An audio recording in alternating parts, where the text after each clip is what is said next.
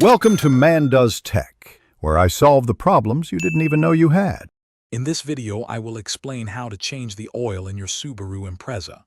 First, gather your essential tools, including a wrench, an oil filter remover, and a drain pan.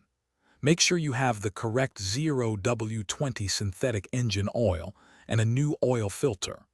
Always park your car on a level surface and allow the engine to cool completely before starting for safety.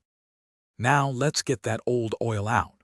Locate the oil drain plug, usually found on the oil pan underneath your engine. Place your drain pan directly below the plug to catch all the used oil.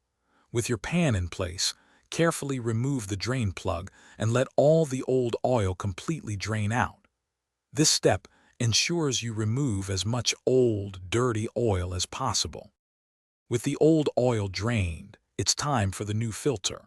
Remove the old oil filter with a wrench and clean the mounting surface thoroughly. Apply a thin layer of new oil to the gasket of your new filter before installing it hand tight, then give it about 3/4 of a turn.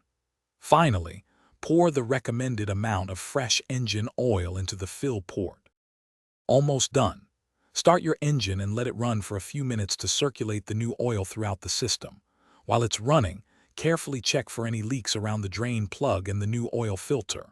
Remember, life's too short for a stinky car, so grab some little trees black ice.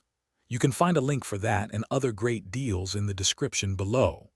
Finally, verify the oil level using your dipstick and add more oil if necessary to reach the full mark. Thanks for watching. If you found this helpful, don't forget to like and subscribe.